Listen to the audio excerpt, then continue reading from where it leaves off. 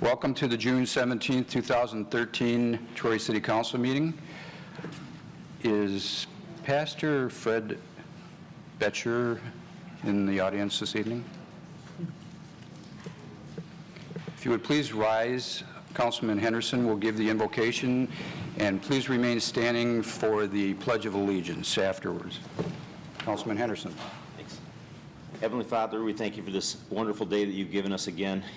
We pray that you'll be with us in this meeting. Give us your guidance, your knowledge, and understanding so that we can make the right decisions over all the things pertaining to the city of Troy. We thank you for everything you do for us and have done for us, and we ask in your name. Amen. Amen. Amen. I pledge allegiance to the flag of the United States of America and to the republic for which it stands, one nation, under God, indivisible, with liberty and justice for all. Thank you, Councilman Henderson. Very, very nice. Thank you. The Troy City Council meeting is now called to order. The roll call, Ms. Bittner. Mayor Slater? Here. Councilmember Campbell? Here. Mayor Pro Tem Fleming? Councilmember Henderson? Here. Councilmember McGinnis? Here. Councilmember Pennington? Here. Councilmember Teets? Here. Somebody like to move a resolution to excuse Mayor Pro Tem Fleming? Councilman Teets. Thank you, Councilman McGinnis. Resolved that the City Council hereby excuses the absence of Councilman Wade Fleming at the regular City Council meeting of June 17, 2013 due to being out of the county. Support. Moved by Councilman Teets and supported by Councilwoman McGinnis that we excuse Mayor Pro Tem Fleming from the regular City Council meeting of June the 17th, 2013. Discussion? The vote, Ms. Bittner? Mayor Slater? Yes. Councilmember Campbell? Yes. Councilmember Henderson? Yes. Councilmember McGinnis? Yes. Councilmember Pennington? Yes. Councilmember Teets? Here. Or yes. Motion passes. First order of business is certificates of recognition and special presentations. There will be a presentation by St. Nicholas Greek Orthodox Church on OPAFest of 2013, introduced by Cindy Stewart, the Community Affairs Director. Good evening. Well, it's that time of year again. It's OPAFest, and today we have some distinguished guests who are going to come on up here and tell you a little bit about our favorite Greek festival.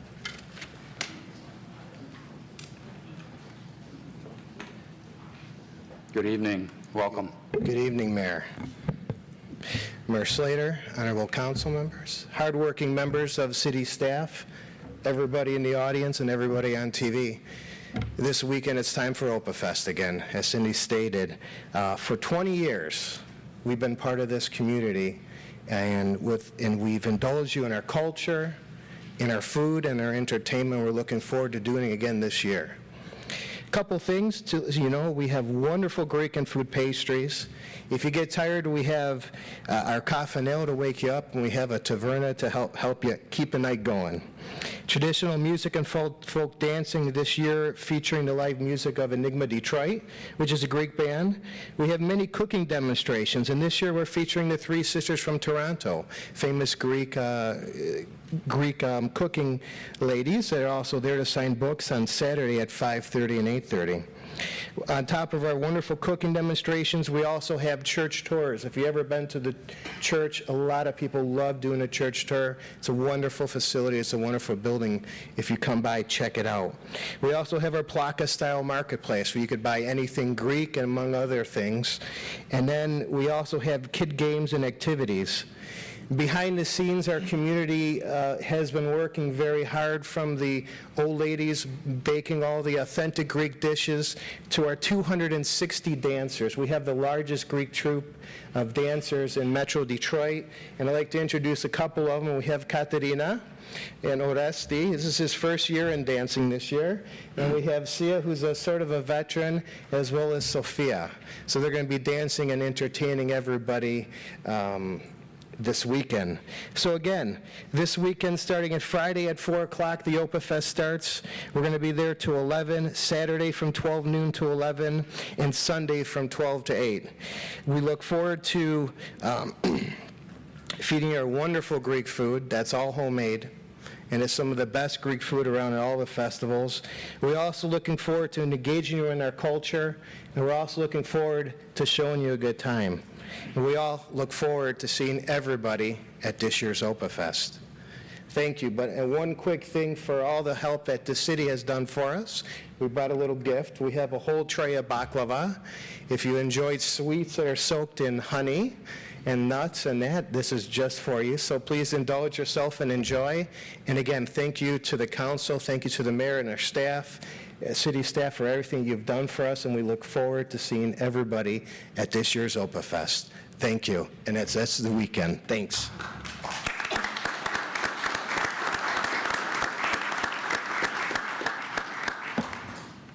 Thank you. Our next order of business is C2, the presentation by the City of Troy and Safe Built, Inc. for the second annual Youth Achievement Scholarship Award by Cindy Stewart and Steve Burns to Kenneth Scudder, Athens High School, and Frank Boudon. It's my pleasure. Dane just said, Mayor Slater just said, this is our second annual Youth Achievement Scholarship Award, and we could not do this if not for Safe Built. The Youth Achievement Awards honor and recognize those youth who have made a significant impact on the Troy community through volunteer work and/or special deeds and actions, and also demonstrate exceptional leadership, career, and academic purpose. Safe Built's core values of service, teamwork, improvement, integrity, and respect are very evident based on their performance within the city of Troy.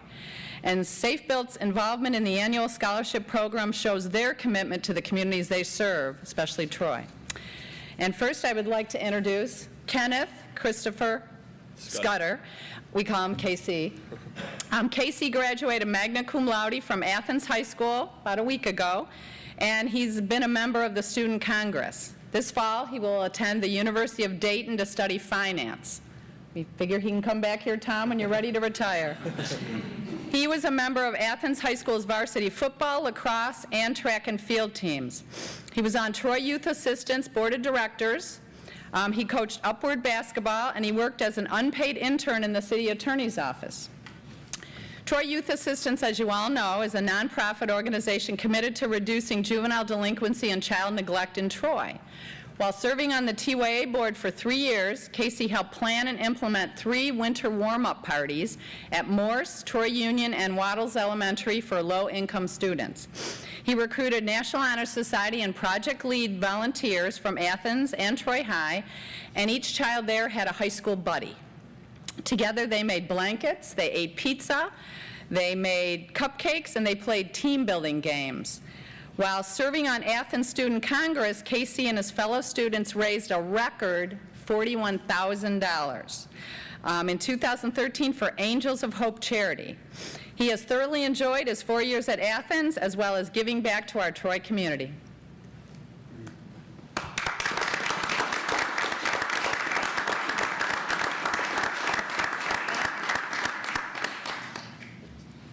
Real quick, just want to say thank you to Safe Built.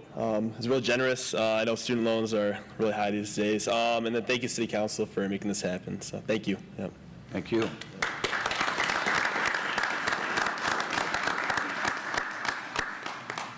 Give him the right one. That's yours. It was very hard to pick the winners of these scholarships.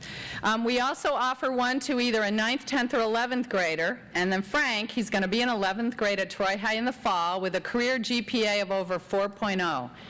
He's a member of Project Lead, the Model United Nations, Future Problem Solvers, Troy High Orchestra, and the Economics Club. He's volunteered for Habitat for Humanity and was recently appointed student rep to our Planning Commission.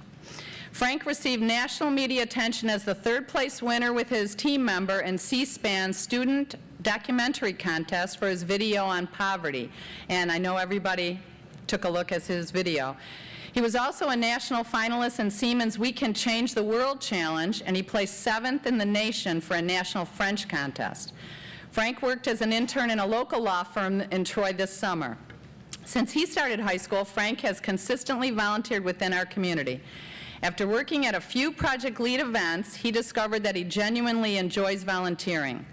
Since his freshman year, Frank has volunteered with Habitat for Humanity of Oakland County, the YMCA, Troy High Environmental Club, and the Stage Nature Center. In the fall, he'll be an officer with Project Lead and for Habitat for Humanity student group that he is starting at Troy High. Frank said that as a Troy resident, he's always wanted to give back to his community.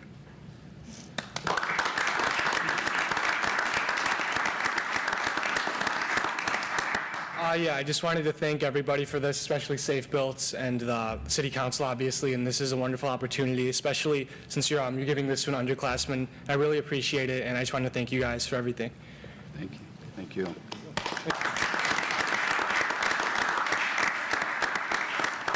We'll be seeing great things from them. Yeah. Just want to say thank you to members of council. This is just one little way that we can get back in the communities that we work in, and we do this at all of our operations where we're full service. And good kids, we don't have a requirement that they're going into public service or public safety, but there's always a role that they might want to consider down the road, whether it be in finance or engineering or something where they might be able to serve a community and be a public servant, and that's a noble cause. So good luck to both of them, and congratulations on your scholarships. Thank you. Thank you. Our next order of business is C3, a service commendation for Susan Learstein. It says introduced by Cindy Stewart, Community Affairs Director, but I'll come down to present the proclamation if Susan would meet me at the podium.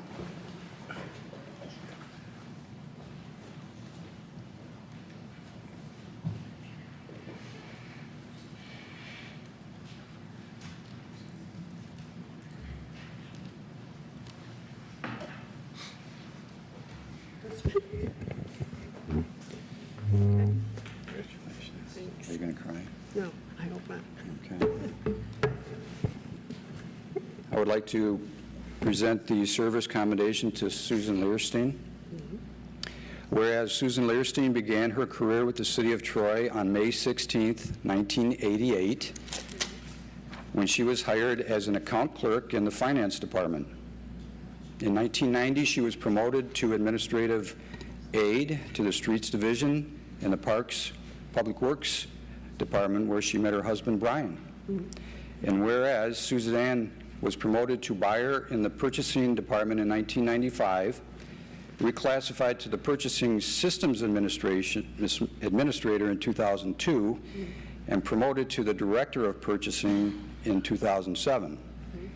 And whereas Susan's dedication to public purchasing extends beyond the city limits, she has been active in many purchasing organizations such as the Michigan Intergovernmental Trade Network, Michigan Public Purchasing Officers Association, and National Institute of Governmental Purchasing.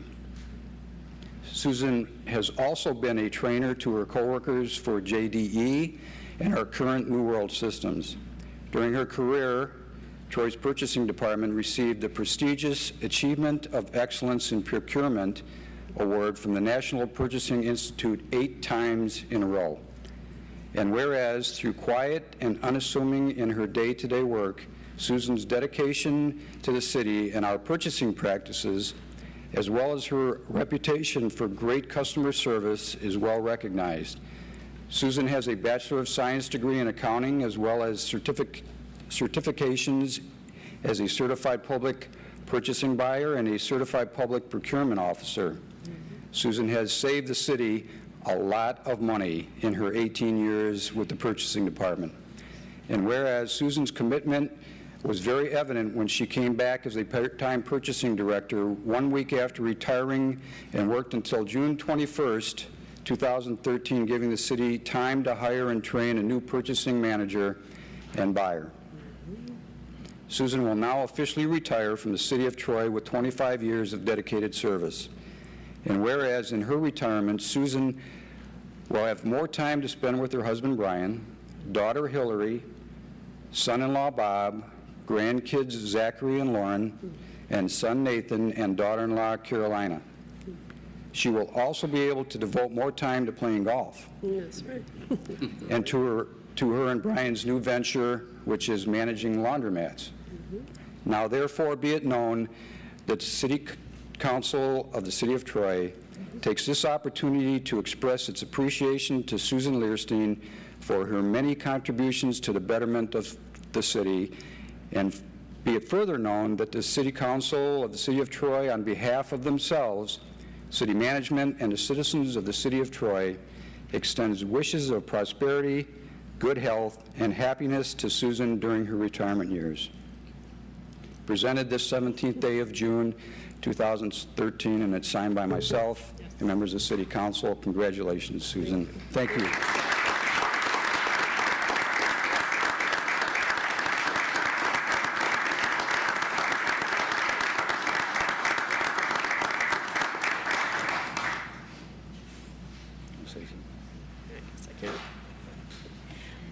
I truly do appreciate the time that I've spent here at the City of Troy serving the residents, and all the opportunities that's been afforded me while I've been here. But you have to know you don't operate in a vacuum in government at all, and you're surrounded by a lot of good people. And together you can make good things happen. And I'm sure that upon my retirement on Friday, I will be turning this over to the purchasing manager, Mary Beth Mers, who is over here. I'd like to introduce her so you can know who she is. And she will, I'm sure, be continuing the same practices that I have for these last 18 years. So you can rest assured you'll be in good hands moving forward. So I have no regrets about leaving now or anything else. So I'm very happy. So thank you again.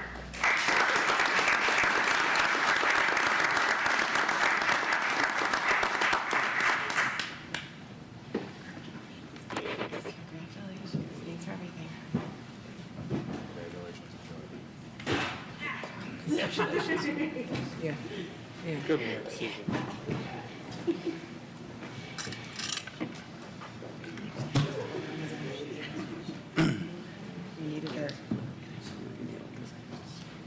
Quick rendition, no? Congratulations, Susan. Our next order of business is carryover items. We have none this evening, so we'll move to public hearings. Our first public hearing this evening is E1, to establish a special assessment for asphalt paving of the westerly 324 number of Troywood on Section 22, Standard Resolution Number 4. And I will open the public hearing, and I see Mr. Nino Licari is at the podium. Good evening. Good evening. Thank you, Mayor and members of council. As you recall from the last time this was before you, this is the public hearing to allow input from the residents on Troywood Street. We're going to pave in front of about 4 houses. Technically there's 5, but 2 are not included in there, or 1 is not included in there. I wanted to clarify one thing for the public. I know you got a memorandum today to help clarify the Community Block Grant Development Fund issue. There will not be CDBG funds available for this particular project, as bidding it out under the Davis-Bacon Act, the federal, to conform to the Davis-Bacon Act, would cost us about 25% more than we'd realize at this point in time. So any of the residents in this affected area that do qualify under the income guidelines, we would then come back to you and change the spread of the special assessment at that point in time. We're pretty sure it's only affecting one person at this point in time, and she will be meeting with Cindy Stewart this week, so hopefully we can get that issue cleared up for you. In the meantime, you have the amortization schedules, the payback schedules as they're called, for the 4 houses, and this is the opportunity for any of those residents to protest or just say yay. Thank you for bringing this forward. And at that point in time, assuming council is in agreement, we'll certify the roll and we'll get the engineering department to work, and they'll get this road paved for these people. And if you have any questions, I can certainly answer those. Any questions for Mr. Licari? Thank you. you. Is there anyone in the audience that wishes to speak on this item? Seeing none, I will close the public hearing and return to the table for the resolution. Councilwoman McGinnis. I will move Resolution E1 as printed. Support. Moved by Councilwoman McGinnis and supported by Councilman Campbell, that we approve the resolution as printed. Discussion? The vote, Ms. Bittner? Councilmember Campbell? Yes. Councilmember Henderson? Yes. Councilmember McGinnis? Yes. Councilmember Pennington? Yes. Councilmember Teetz? Yes. Mayor Slater? Yes. Motion passes.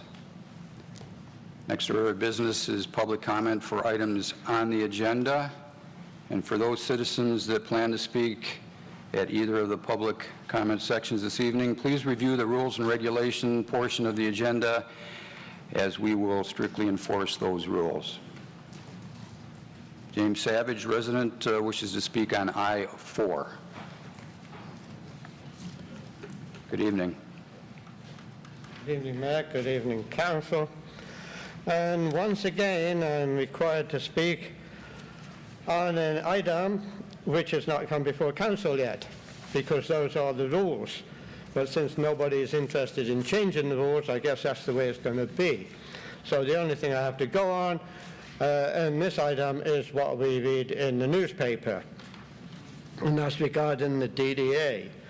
Now, the DDA financial mess has been blamed on the financial downturn of 2008, which had an effect on everyone. But everyone did not incur debt that they couldn't manage.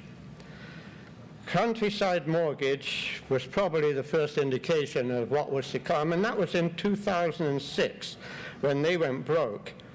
But many government bodies carried on wasting money like it grew on trees.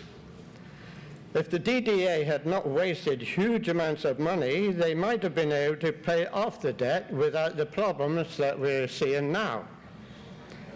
In 2009, between $1 and $2 million, and there's varying amounts, spent on Big Beaver and Rochester Road intersection, and that was not necessary. Although we were told that, well, it had to do with federal regulations, it did not. The federal regulations did not apply there. And if a check was made of the wasteful spending of the DDA since its inception, it would probably amount to tens of millions of dollars. One instance was for several years, it was like $35,000 for petunias along Big Beaver. Before the DDA was formed, Big Beaver Corridor was developing just fine. Sheffield Collection, Kmart headquarters, Michigan National Bank, Volkswagen, Top of Troy, all located on Big Beaver, which poses the question, did we really need the DDA? And what assurance do we have that the residents of Troy do not end up paying the tab on this in the long run? And we need accountability by the people who got us into this mess. If the same people continue to operate the DDA, what assurance do we have that there will be a better management of the funds?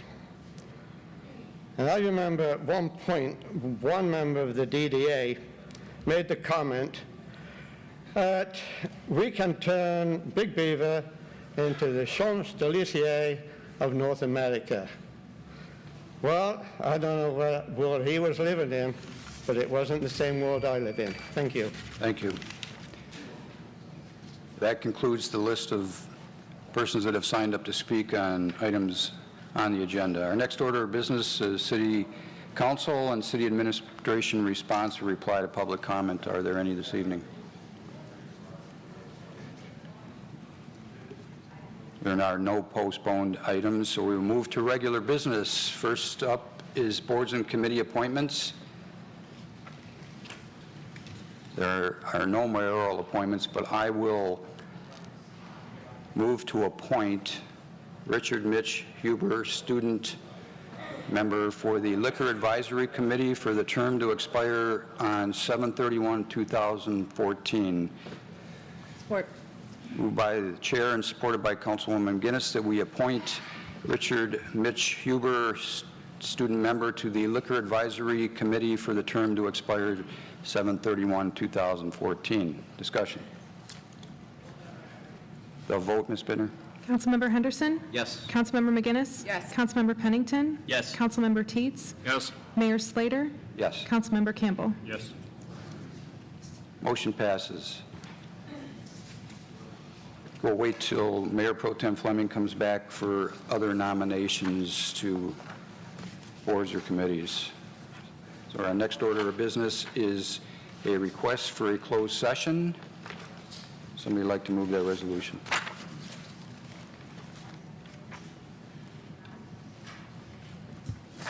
Councilman Henderson? Yeah, I'd like to move Resolution I-3 as printed. Support. Moved by Councilman Henderson and supported by Councilman Campbell that we approve I-3, a request for closed session as printed. Discussion? The vote, Ms. Pinner. Councilmember McGinnis? Yes. Councilmember Pennington? Yes. Councilmember Teets? Yes. Mayor Slater? Yes. Councilmember Campbell? Yes. Councilmember Henderson? Yes. Motion passes. I-4 is the Troy Downtown Development Authority bond repayment proposal and resolution authorizing the publication of a notice of intent to issue bonds, and that will be introduced by Brian Kishnick, City Manager.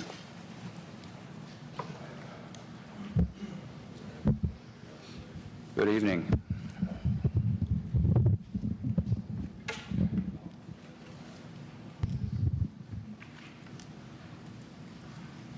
Thank you, Mayor, City Council. It's been a long haul putting this plan together, as many of you know, both on the council, definitely on staff, and in the public eye, trying to figure out how best to go about devising, drafting a plan that would save the default on bonds that were borrowed by the DDA in 2001, 2002, and 2003. And having said that, I'd like to stand up here and think that I came in 6 months ago and put a plan together that I'm going to present tonight, but it just doesn't work that way, as everyone knows. There was a very large and very knowledgeable team in municipal finance, municipal law, municipal economic development, and I think it would be appropriate to start this whole proposal tonight by recognizing the people that have worked on this plan, not just me who stands before you who will present the plan. And it starts, Mark Miller is the executive director of the DDA. I am not, and so he's obviously had a large hand in this. Lori Bloom, who's the city attorney, has been involved from day one and has countless hours of resources and energy and knowledge on this project. Tom Darling, who's the fiscal services director or financial services director, who's been involved and spent a lot of time. Not to mention Bobby Benzinski, probably the best municipal finance advisor in Michigan. And sitting next to him is bond counsel Terry Donnelly, who, with the retirement of Joel Peel, is the best bond attorney in Michigan to date. And not to mention people in our office, Beth Tashnik and Saharish, who is probably sick and tired of this proposal and knows it better than all of us by now.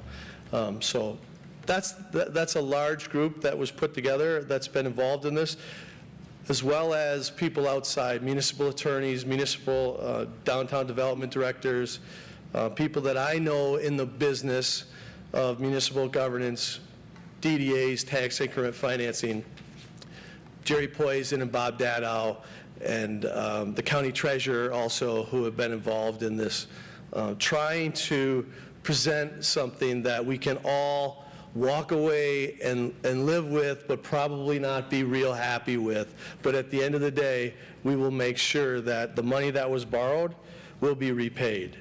And that's the goal of this proposal. So the first slide is sort of a summary of what was financed, what the monies were used for in 2001, the $24 million. Mr. Savage already talked about what it was used for, so he obviously has some knowledge of that, and that's good. The streetscape improvements on Big Beaver in '02, the $9.7 million financing a portion of the Troy Community Center, and the same in '03, $4 million for the rest of the Troy Community Center. So that's what's principally the money was used for. And The bonds that were issued in 01, 02, 03 mature in 2018. And just for a sense of where you are in this whole world of what's owed, you can see the principal and interest payment in 2012 and the interest rate as well as 2013. So that's where, in rough numbers, the amount comes at about $3.2 million that's owed annually for principal and interest. This took a long time to put this slide together, but I wanted to demonstrate the structural problem that you have, starting with the base year, which everything grows from, hopefully, and that's literally I mean grows from. In 1993, the base year of $429 million. And so when you got to 2002, the value of the district was $700 million. So you can see how things were going in the district. And when you have a captured value of $271 million, that's not revenue, by the way. That's not a yield. That is a value difference between the base year 1993 and 2002. So you've got a base year of $429 million. It grew to $700 million in value in the district, and you captured on the difference, which is $271 million. And you can see in the box below it, that generated about $4.5 million. Fast forward to 2013, and the value is $442 million versus on top of $429 million, which is the difference is $12 million, and that's the capture. That generates about, is my time up? Yeah. That generates about $215,000. And when you have a $3.2 million debt service annually, and now you're generating about $215,000. And by the way, going down, and Nino is still here, he'll talk about this when I get to the table. But you can see the structural problem. Now, basically what happened, when you look at, I asked Nino for a side-by-side comparison of all the properties in the DDA, base year value 1993, with today's value, 2012. And you can see, for example, the Kmart headquarters was valued at $27 million in the base year, which everything grows from, remember? The new value in 2012 was $6.1 million. So you're not growing, you're actually losing value from the base year. And when you factor in the Bank of America and several others that have done just that, you see the structural problem that you're getting into. You can't make the payment, and you're not going to get out of the, you're not going to grow it enough to be able to make that kind of $3.2 million payment. So just in general terms, the statement of the problem, the initial value of the district started in 93 at $429 million. All the base, that's the base value. All the values that grow from there is captured by the DDA. The values have dropped, obviously, significantly, just with the two examples that I just gave you. Some instances below the base year causing the capture to be reduced, bordering on no capture. And again, I showed you the revenue in 2002, $4.5 million. And that's just 1 year, by the way, versus 2013, which is where we are and going, with little to no capture. The annual debt payment's about $3.2 million, and payments end in 2018. The captured taxable value is $12 million, resulting in the $215,000. The conclusion is pretty simple. There's not enough tax capture to make the debt service payments for the next, through 2018. So some say we bought insurance and we should default on the bonds and let the insurance kick in.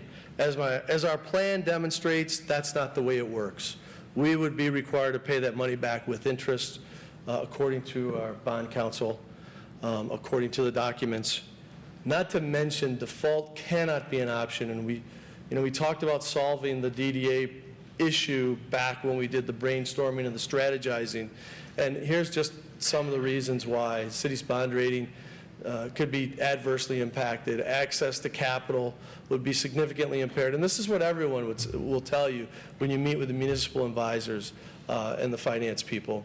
The insurance bond insurance, possible litigation, The adverse impact on the borrowing of other taxing jurisdictions, namely the county. When I talked to Bob Dadow, that was an issue for the Oakland County. The negative publicity and the possible involvement by the state of Michigan in whatever form, fashion that could take. Those are the reasons we submit to you that default is not an option. I would submit one further reason, is that the money was borrowed, the improvements were made, the city of Troy, we should be in this to pay the money that was borrowed.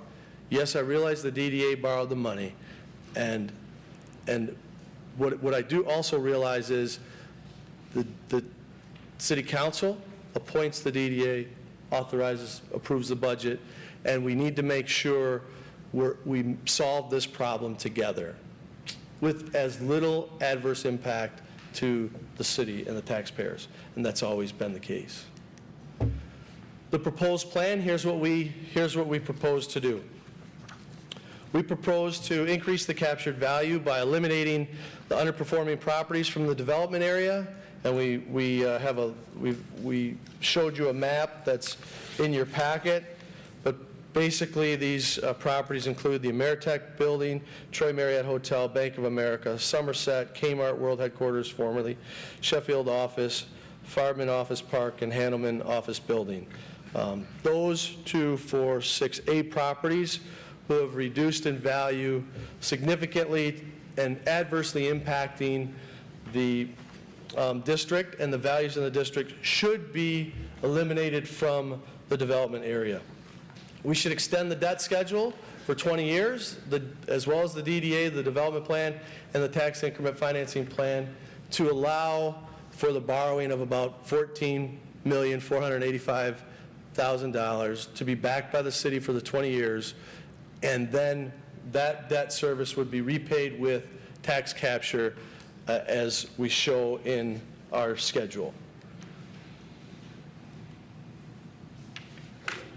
Now, when we met with the DDA and proposed this plan, one of the DDA members, Arcangona, suggested, required, along with everyone else, that if we're going to ask the city to issue the bonds for 20 years and extend the DDA and the plans, then we should provide a safety net to the city council. And that safety net comes in 2 forms. The first is the parking structure at Somerset, the north parking structure the DDA owns, and there's a schedule, whereas in 2020, that parking structure would be paid for by the Somerset owners, and based on the schedule would be about $4 million. We don't recommend that right now, as I had earlier talked at a budget session, but we do recognize that that is a revenue stream in 2020 or 2020 that is used as a safety net, or before if needed, but the monies obviously would be discounted if we were to obtain or sell the parking deck earlier than 2020. Also, and we do not recommend this, but we certainly have to recognize that in the law it is an option and it serves as a safety net, the up to $2 million levy that allows the DDA, with the approval of the city council, to levy the ad valorem tax in the district. And that would also be as a safety net in the event that the capture wouldn't be enough to pay the debt service, the schedule we look at in just a second. This is the district with those properties. So the district itself hasn't changed, just the 8 properties that we talked about have been eliminated and will not be in the development area or tax increment financing plan for during the extension of this plan.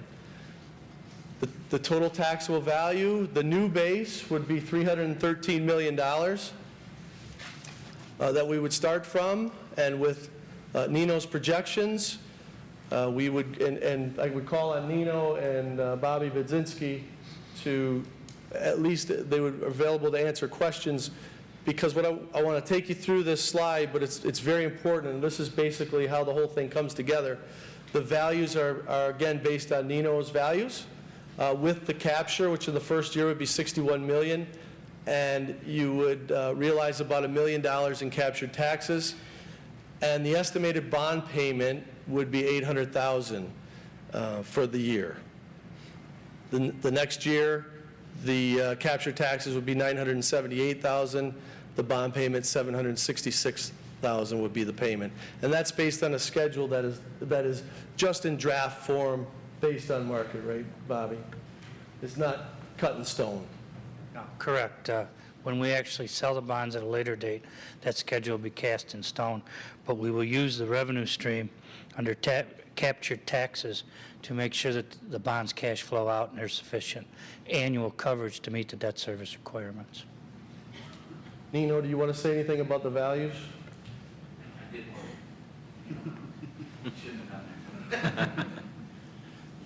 The important thing, a lot of people are going to look at the 7 or 8 properties that we're pulling out of there and try and figure out why it's a $116 million reduction in the base value.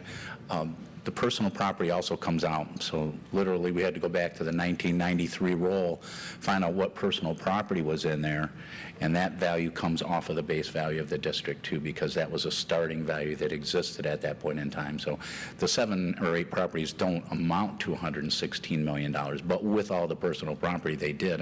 I mean, Kmart at one point in time had $31 million in personal property there. That right now is a deficit to you. So that's the reason for the difference. I just want to make that clear. Thank you, Nino.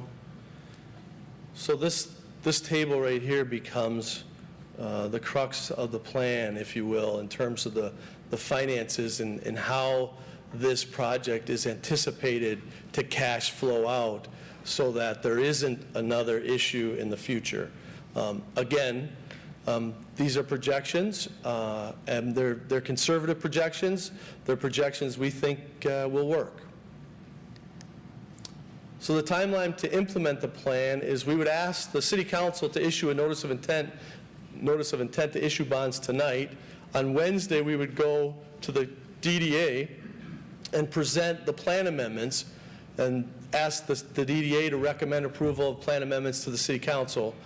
That on July 8th, you would hold a public hearing for the plan amendments, and on August 12th, you would have a public hearing and approve the bond authorizing resolution and plan amendments. I've said it in August 12th. So I want to say very, very clearly, we are not saying that this is the plan that everyone should do and that we think is the best plan in the DDA world. We think that after looking at all the information, all the issues, all the opportunities, all the different people, groups involved, that this is a plan that is workable, that solves the problem, that utilizes tax increment financing to pay for the debt that was incurred in the district. So it doesn't go outside the district and ask for payment. It utilizes the tax increment financing under the law to pay for the improvements from the district for the district. And that's what the only aside to that is we're asking for the City Council to back the bonds because the DDA cannot borrow the money. With a safety net of the parking structure and the up to 2 mil levy, that, by the way, would only be in the district if it were levied. It would not be, and there are no residents in the district. It would only be in the district. So this is our best attempt, after talking to several people in this world, to solve this issue and move the City of Troy and the DDA forward as it relates to the bond issue. There are several of us here to answer questions as they come up. Who has the first question? Councilman Henderson. I've actually got 3 or 4 of them, so we'll just kind of cycle through and I'll come back to them. But the first one came up actually in public comments and kind of struck me with the new bonds. If we pursue this project, do we look at a new DDA board and maybe stock it with a couple council members to kind of oversee? I mean, we're taking on all this burden now, pledging the full faith of the city. Should we not have a bigger presence in that board? Mayor. City Attorney Bloom. I can address that one. Actually, there is the composition of the DDA when it was first formed has one city council member that is a designated representative, and that is the mayor. And so you would need to do a lot of amendments in order to have other members of council serving on that board. Could I answer more in a general way other than the makeup the board, Councilman Henderson? Yeah, one point, maybe it's not another council member, but maybe it's, some other, mix it up a little bit so that there's a little bit more city control on the DDA board. Go ahead. Yeah, well, do you want to answer that, city control?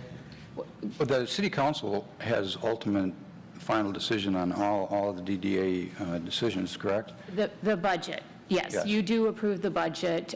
You do appoint the members to the DDA board as well. Right.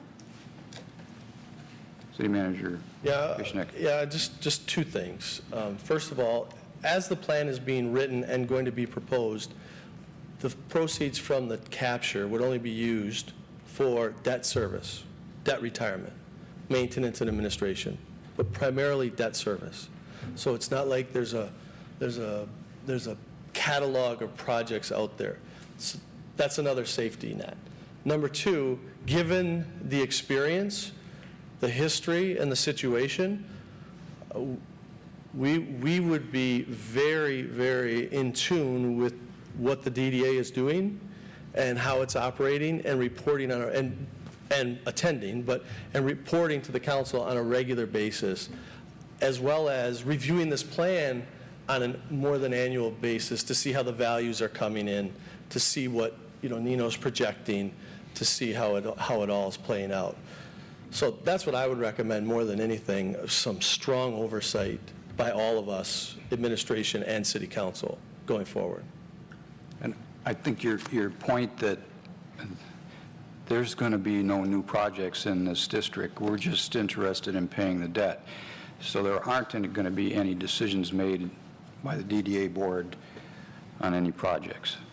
So that's what we're proposing, right? Councilman Campbell. What's the confidence level that we can sell $14 million worth of bonds for this? What's the confidence level that you have that we can sell $14 million worth of bonds for this? As city managers indicated, the bonds will be backed by the city's full faith and credit. We believe that a presentation to the rating agencies and explaining the situation and what we're doing here would not result in a decrease in the city's rating of AAA. With the AAA rating, there's almost 100% confidence level unless something happens in the municipal bond market that is unforeseen or unpredictable. We don't see this as an issue. Councilman Pennington. That was actually my question, was with the new bond issue that it's almost a guarantee that it wouldn't affect our bond rating?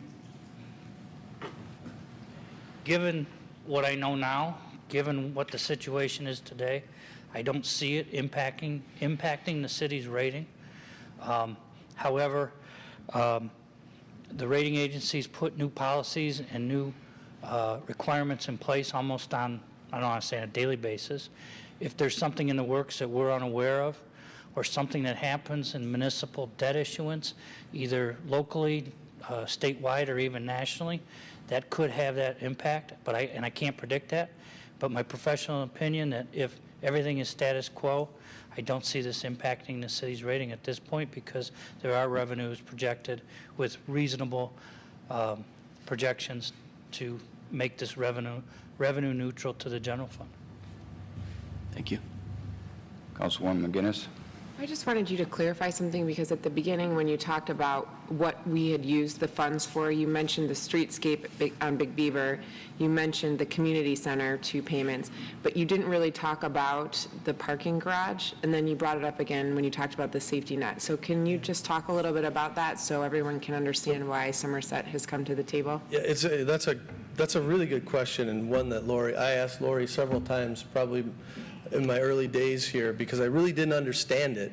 But as I understand it, Lori can correct me if I'm wrong, Somerset comes to play now because of the Somerset North and the ownership of the DDA that was financed in an earlier version, 1995 maybe, and then was part of a refinance in the 01 bonds. So it was rolled into that, as well as the other part of that other parts of the project of 2001.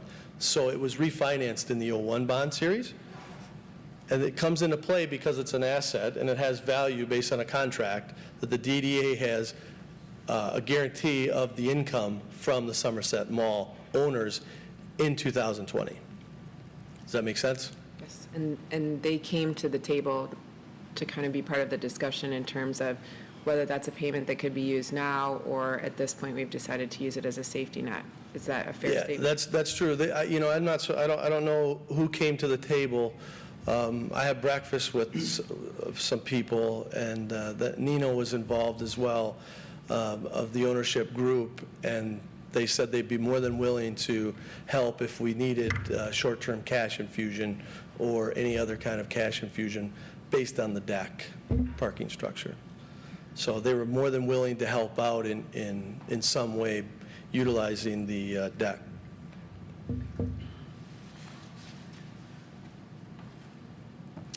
Councilman Teets. I apologize, I should have prepped you for this question, but in 08 and 09, there were streetscape changes at Big Beaver and Rochester. Was that paid for through the bonds at that point? City Attorney Bloom. That was not, the bonds were issued prior to that date. So that was out of some reserve or something that was held back over time? Correct. So that was spent then, okay. Councilman Henderson. I know we kind of talked about this a few times, Mr. Kishnick, but as the values in that district start to improve, and we start to recapture more, and the tax money, the tax revenues come to the city, and we're able to, in a perfect world, have more cash flow than we're paying out, at what point can we start to snowball that debt, pay it off faster? What's your impression of that scenario? Yeah, it's not my impression, number one. It's Bobby Budzinski's impression that the bonds aren't callable for 9.5 years, so I'll let him tell you, though. It's not my impression. With market conditions, many as you know that when you issue a bond, it's really the promise to pay. An investor is holding those bonds, and as any other investment that you may invest in or anybody else, they want certain conditions or they're not willing to invest in that investment. Municipal bonds, the comfort level or the mode of operation, if you will, is that bonds can be called after they've been outstanding 9 years. So 10 years and beyond, those bonds could be called. So we would really have to wait till 2022 to start calling the 23 and out bonds because of the market conditions. If you set an earlier call, there could be an interest rate penalty. Given the revenue stream and the amount of dollars, you know, we don't want to push that limit unless we're told to cause a higher rate of interest. In these numbers that we projected up there, we've used just somewhere around 3%, which was, you know, what we expected we could get a couple weeks ago. So.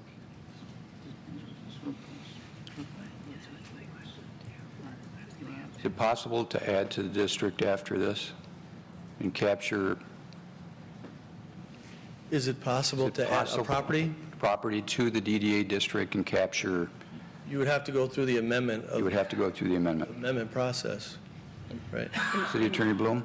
Just to add to that, the development area, if you at some later date wanted to add these properties back into the development area, you would have to, again, go through the development, the plan amendment process.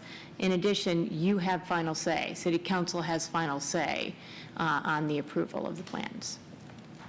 Councilwoman McGinnis? I just had a question, and it's based off of that slide, the last column where you've got over and under debt payments. So based on these, and I know that they're just estimates, but obviously it shows that we would be capturing more than we would be paying as an estimated bond payment. And I know the intent is, obviously, we're not going to be doing any projects, but would the intent be that that money just absolutely sits there, whatever it ends up being, over the amount until this is all?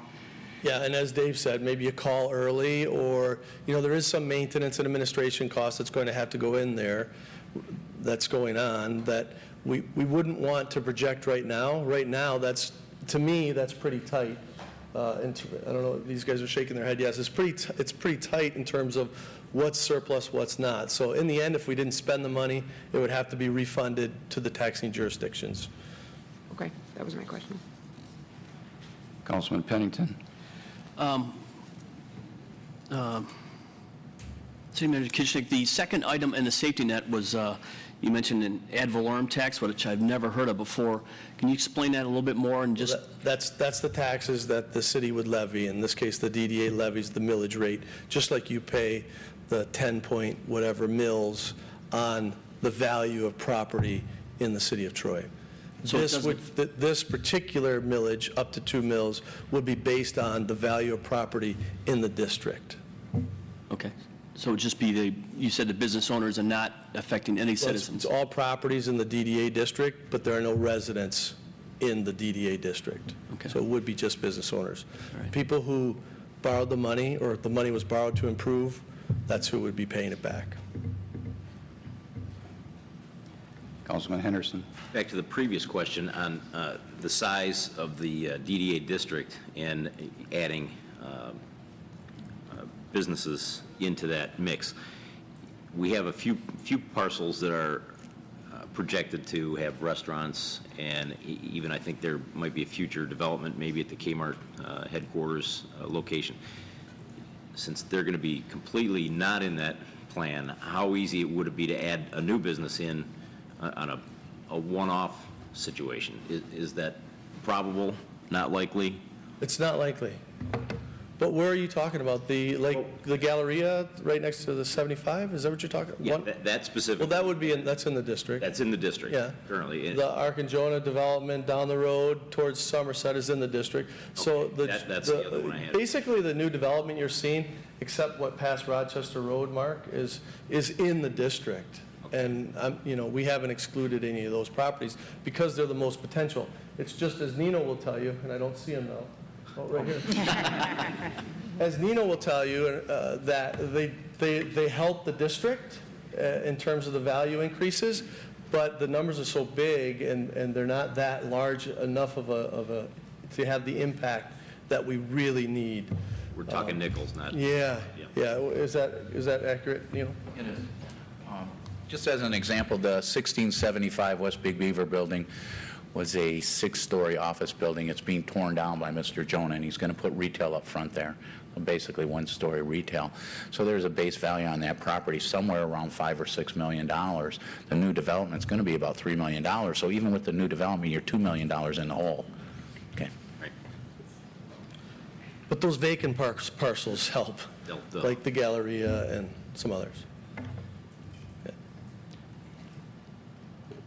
Tonight, there's a request for a resolution to make this proposal to the DDA board on Wednesday morning. Well, that's our role at this point tonight. No, we're also asking for a resolution authorizing the publication of a notice of intent to issue bonds, not to issue the bonds, but a notice of intent to set the wheels in motion. Councilwoman McGinnis. Another question about the safety net, and I know you touched on this. This has been discussed at length with the current DDA bond members, and what's listed here in terms of the parking structure, but specifically the up to 2 mil levy.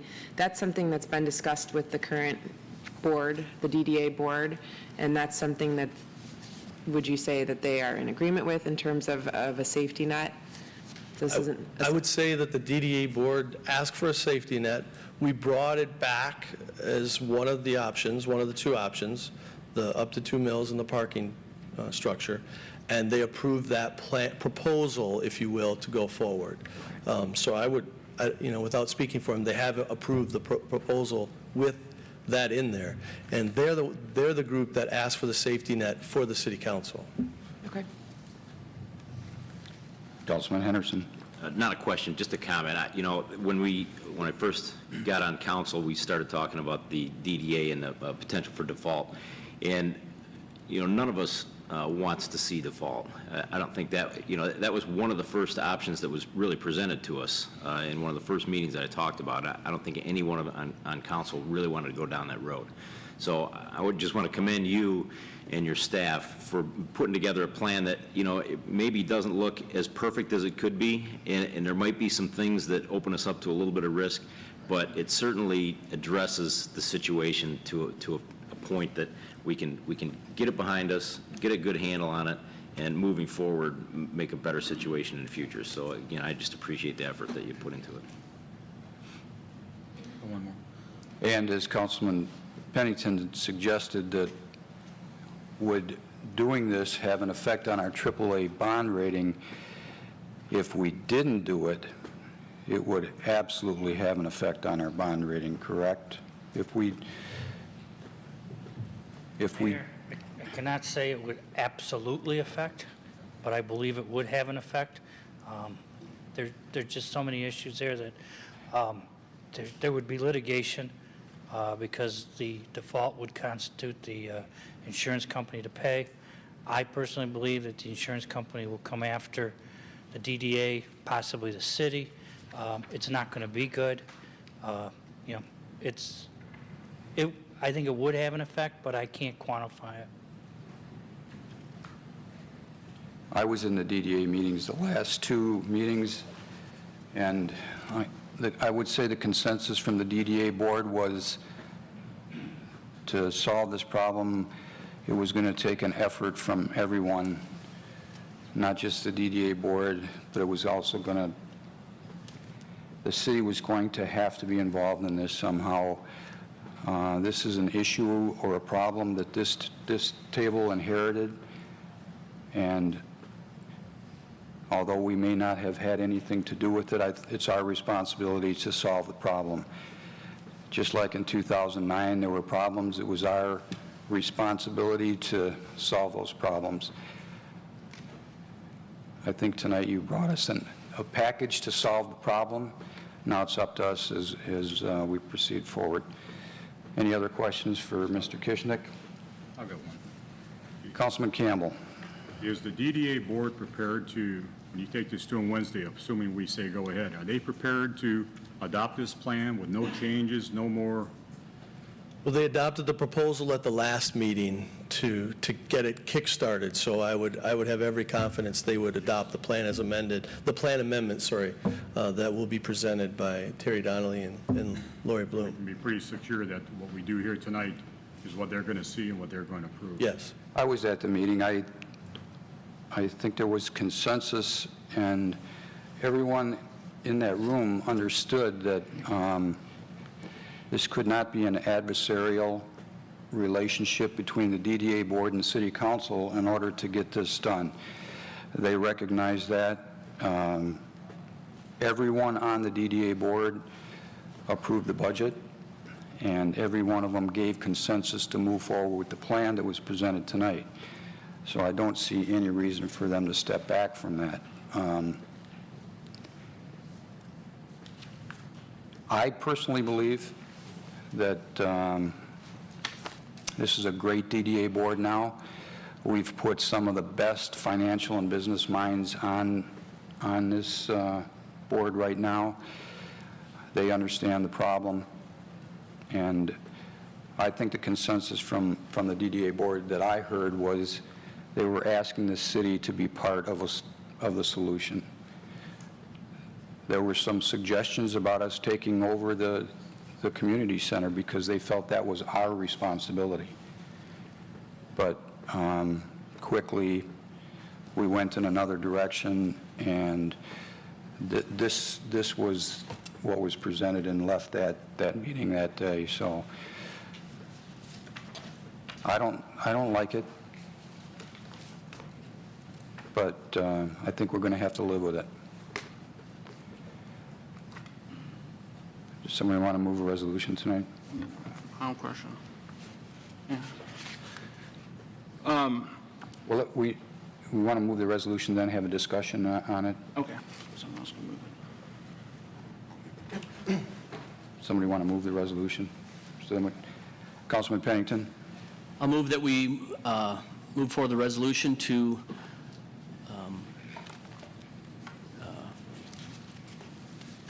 as written, that we, as written, that we take the issue of the bonds as written. Support. Moved by Councilman Pennington and supported by Councilwoman McGinnis that we approve the resolution as printed. Discussion, Councilman Teets. Yep. First off, thank you to the city manager for having the guts to put forward a plan like this. It's been an issue for a long time and has not been addressed, and appreciate you coming forward with a plan. For a long time, this plan caused me some heartache and concern, and I couldn't put my finger on why that was, and it occurred to me just the other day, because the premise of the plan is this, that we believe that folks in the future will spend the money wisely, and that we have a premise that we believe that they'll use the money wisely. And I just, looking at past history, I don't see that. And in 20 years and 10 years, most of us will be off the city council, and most of the DDA members will be new people. And it was only 5 years ago that we had a DDA that spent $2 million plus on improvements, spending reserve money. And that was in 08, 09, and I think anyone that can remember back then, the economy was tanking, and yet the DDA spent money. And so I'll be voting no.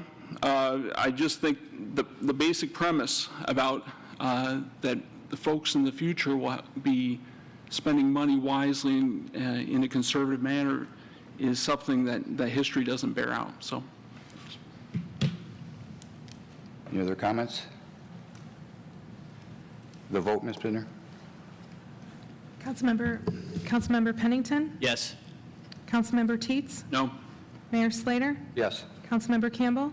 Yes. Councilmember Henderson? Yes. Councilmember McGinnis? Yes. Motion passes. Thank you, staff. Next order of business is I-5, the Troy Nature Center, Troy Nature Society Agreement, introduced by Brian Gould from the Aquatics/Fitness Coordinator. Good evening. Good evening, Mr. Mayor and Council. In 2011, there was an agreement made between the Troy Nature Society and the City of Troy to provide, for the Nature Society to provide programming at the Nature Center. That current agreement expires on June 30th, and the new agreement, one of the things in there as well is that it allocates $50,000 in city funds for fiscal year 2013 and 14, and it will continue to consider annual appropriations each year after that, according to the budget process. This agreement term is for 4 years and begins on July 1st, and also has a 4-year option to renew. So if you have any questions. Questions for Mr. Gould? Thank you. Thanks. Somebody like to move the resolution? Councilman Campbell. I'll move the resolution as printed in I-5. Support. Moved by Councilman Campbell and supported by Councilwoman McGinnis that we approve I-5 as printed. Discussion? Councilman Teets? Yes. Point number 4 regarding financial assistance and talking about the $50,000 that was allocated in the budget to the Nature Center. Was there a reason why that was included? Was it just as a placeholder, or is that actual language that's needed within there? City Attorney Bloom. Thank you, Mayor. The previous agreement did have a contribution amount in there. This is something that the Troy Nature Society had asked for, and council had made it very clear that for this year they would get the $50,000, but thereafter there is no guarantee. However, there was kind of the compromise that if there is available funding, they could make a presentation. There's absolutely no guarantee that they will get any additional monies, but it does not preclude that possibility. Councilman Henderson. Do we have a similar agreement with the museum, and does it include a dollar amount, or is Mr. Teets indicated a placeholder for a dollar amount? I know that we do have an agreement with the Historical Society, and it's been a few weeks since I've looked at that, so I would have to look at that. I don't have access to it. Further discussion? The vote, Ms. Bittner. Councilmember Teets? No. Mayor Slater? Yes. Councilmember Campbell? Yes. Councilmember Henderson? Yes. Councilmember McGinnis? Yes. Councilmember Pennington? Yes. Motion passes. Next order of business is I-6, the proposed ordinance incorporating recent changes to the state fireworks statute introduced by City Attorney Bloom. Thank you, Mayor. First thing is, although I really was hoping that we would have a public act, we do not yet. But what we do have is we have an enrolled bill. It has almost unanimously passed in both houses, and it was actually submitted to the governor today about 2 o'clock, but he has 14 days to sign it. Every indication is that he will sign it because he has indicated that he is happy to help out and deal with some of the complaints that have been issued. Unfortunately, we can't wait until after it does become a public act, because if we were to do that, then you would have no regulations in effect for this coming 4th of July holiday. So we are recommending the changes. You do have, it's not effective until 10 days after you pass it, assuming that you pass it tonight. So we really needed to, if you wanted to have regulations, this is your opportunity to get them. If for some reason the governor does not sign the public act, then we can take action at that point in time and can deal with it at that point in time. But there are 2 ordinance provisions that are recommended for amendment. The first is Chapter 93, where we have restrictions currently on the sale of consumer fireworks. And with the laws in place in 2011, the state law supersedes what our sales regulations are. So we're removing the provisions that are superseded by state law. We're also adding the correct references to the new fireworks law from 2011. Second amendment comes into Chapter 98.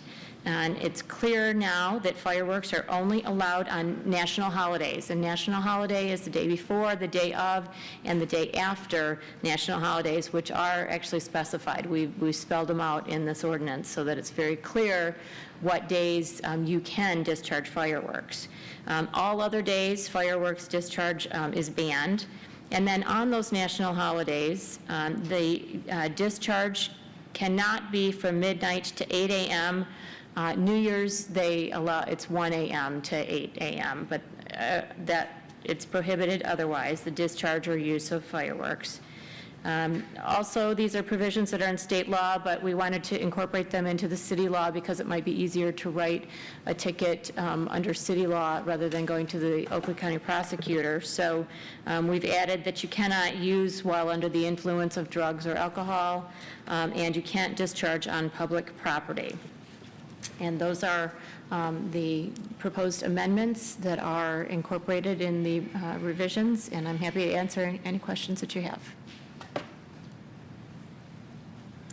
Questions for City Attorney Bloom? I have a question. Councilwoman McGinnis. Has there been any discussion on how we plan to publicize the change in our ordinance between now and 4th of July?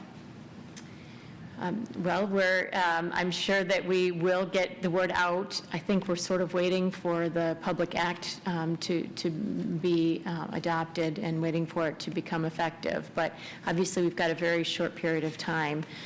We are hoping that persons are watching. We're hoping that maybe the newspapers will carry it as well. Certainly, a press release can be drafted as well.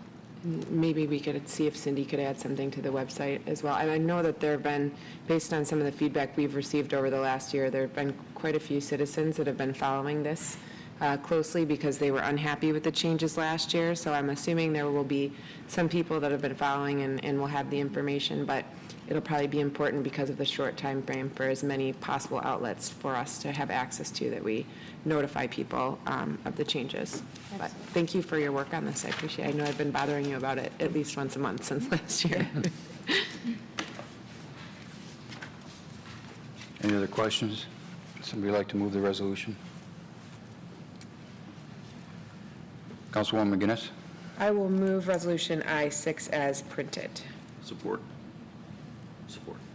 Moved by Councilwoman McGinnis and supported by Councilman Henderson that we approve I-6 as printed. Discussion? The vote, Ms. Bittner? Mayor Slater? Yes. Councilmember Campbell? Yes. Councilmember Henderson? Yes. Councilmember McGinnis? Yes. Councilmember Pennington?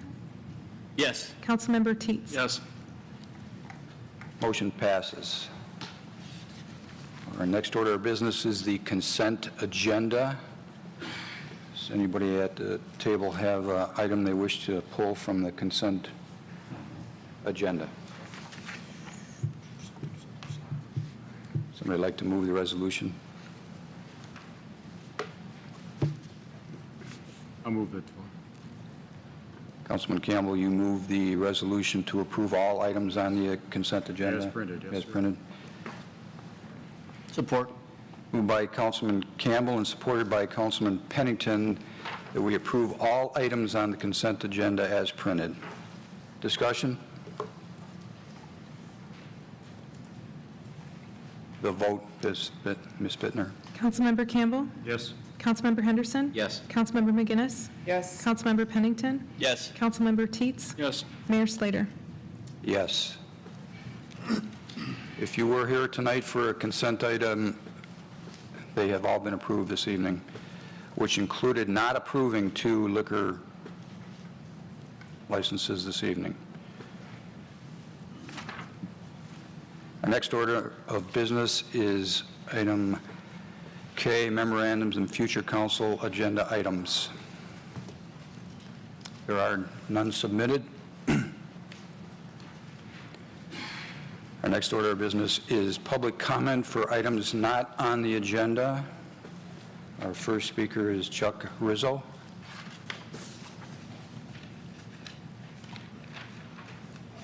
Good evening. Hi, good evening. May I pass these out? If you would give them to the city clerk, she could pass them out.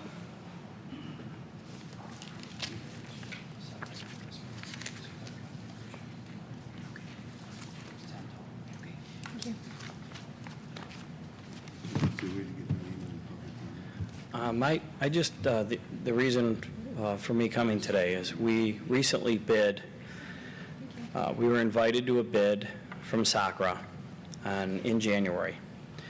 And we were excited about the opportunity. We currently do the city of Royal Oak, as well as over 20 other communities in the area. So we took the bid seriously. We put some good numbers together. We came up with another creative, what we call a bid rebate, where there was a monies that we would pay up front upon signing the contract. And we showed up to the bid opening in March to really an empty room. We were the only bidder that responded. The reason being, as we found out later, that the current waste haulers were upset over the SACRA board going out for pricing and decided to lawyer up and to threaten litigation. We had explained our bid. We had followed the procedures. I had several attorneys look at what our contract said, as well as some of the others. It was clear that SACRA had the ability, after 6 years, to look at pricing. Our pricing over the remaining term of the contract is a savings of $3 million compared to what you're currently paying today. And that's real money. We had some other benefits within that as well that would have another added savings. We've bid other contracts in the area. We recently were part of the bid for St. Clair Shores, won it. We start July 1st. We were part of the bid for East Point, won it, we start July 1st. We were also the successful bidder for Roseville. We won that, we're starting that July 1st. So we've been very aggressive in the marketplace. I've got some great partners, and we're really looking to expand, and we were really excited about this opportunity with Sacra. Now, the decision with Sacra hasn't been finalized, but it just appears, from what I'm hearing, that the other haulers now, through threats of litigation, are, and by the way, they also FOIA'd our bid, are now trying to match our bid in any way they can. My concern is that I believe what had also occurred is there's been a little bit of a slander campaign by one of the haulers. And that's why I wanted to include to you guys information about our company, because I do have to clear that up regardless of anything, because we take our services and our pricing and everything we do to a very high standard. We've included in there, too, even a letter from Bloomfield Township, because specifically there was mention about Bloomfield Township. And the letter's dated for today.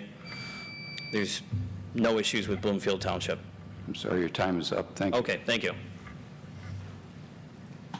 Next speaker is Nicholas Chiricero, Troy resident.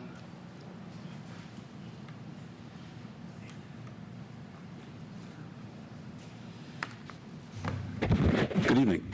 Let me start out by congratulating you for winning the election. I haven't been here since April, and I wanted to tell you formally. The DDA, what a mess. I want to thank Mr. Kirschnick for developing a program that sounds like it's going to solve the problem.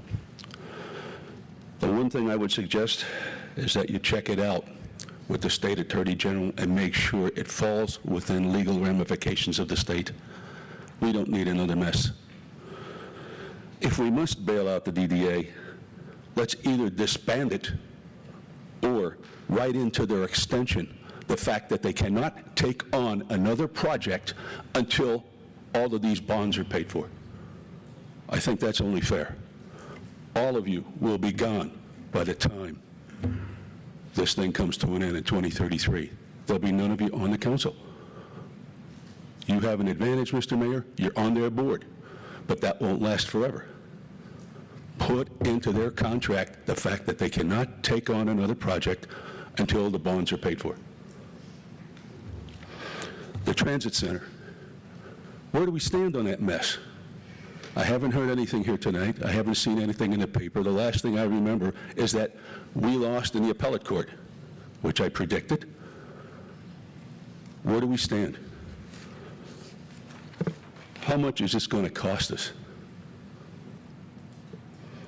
The last thing I have is, unfortunately, I wasn't able to attend the budget meetings. I understand there was a $30 million surplus. Now, general rules that I've understood in the past say it should be about 15% of the general fund budget, which is about $52 million. So we should have a surplus of about $7.5 million, and not 4 times that, or $30 million. What's it for? What are we going to do with it? A number of years ago, there was a mayor that refunded it. He reduced the millage to the general population. Think about it. Give it back to the taxpayers. God knows there's a lot of people out there that can use the money. Give it some thought. Thank you.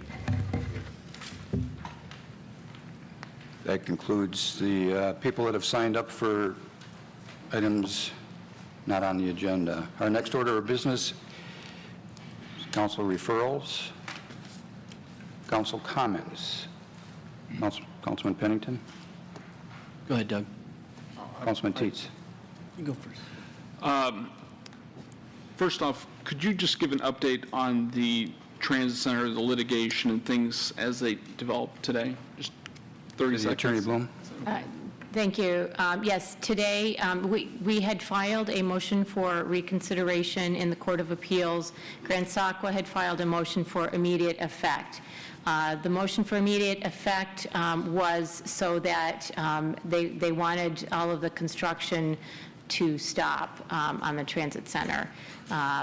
The Court of Appeals today, well, actually it was Friday, but we received it today, was released today, denied both of those motions. So that's where we are at this point in time, pretty much status quo. The city still is the owner of the property. The city is still proceeding with the construction of the transit center. Councilman Teets. Unrelated to the transit center, could we discuss the SACRA situation? I've had more and more concerns after first speaking to the people from Rizzo and learning about the process, and then today there was a memo sent to the city council members about the bid process, and I question if we're getting the best deal through SACRA, or if there's other means, or we need to investigate things going forward, because it seems like we're a little hamstrung by potential litigation or other things like that. And so, do you have any commentary? I don't know if I'm asking the right people. I'm getting a lot of folks that, either of you? Would you feel more comfortable giving us something in writing at the next council meeting? I'll give you the opportunity to do that. I would certainly, you know, trying to prepare the information from your conversations. If this is Mr. Rizzo, it's the first I've met him. It's the first I've heard from him. And I'd be more than happy to sit down and talk to him any place, any time. But, you know, I'm getting the information from our person who's been appointed by this council, Tim Richnack, who's dealing with SACRA, who we are a member. So I don't want to talk about can we stop the process, but all I would say tonight is, you know, as I put more information together, I'd certainly share it with the city council, but I'd also be happy to meet with Mr. Rizzo any place, anytime. So I guess that's all I could offer tonight, Mayor. Yeah, I'm glad that's something that's been, that you could facilitate. And this is something that I have a great deal of concern about for a couple reasons. Number one, the city council recently increased the millage rate for our waste hauling. And then, you know, I have concerns when bids were put out and we may not be getting the lowest possible rate. And so this is, I'm glad you're going to have this discussion, because I would really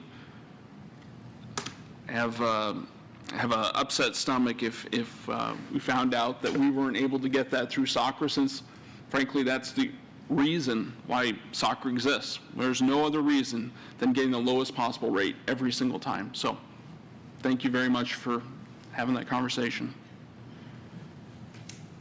Yeah, from my perspective, I don't know enough about it, and I would appreciate some additional info. How many votes do we have on SACRA? I want to say 24. 24 votes on SACRA? Was it 15? That was 15. Okay. If you could just include all of the, put all that back SACRA. in the memo. Thank you. Distribute to everybody. Thank you. Councilman Pennington, did... Yes, mine's just a simple public service announcement that the City of Troy sponsors a car show, the Troy Traffic Jam. It says classic cars, great music, food, and free admission. So you have to get your registration in July, because if you wait till August 4th, the show is August 4th, but if you wait till then, the price goes up. So all proceeds go to the Troy Historical Society, and you can register online. Thank you. Any other council comments? Next order of business is reports. Does anybody have any discussion on the reports this evening? If I could just ask to have the DTE opt-out program published on the city website somewhere, so it is information out there if somebody chooses to opt out. There are no study items this evening, so we will be adjourned for 8 minutes and reconvene in the boardroom for a closed session. Thank you for coming this evening.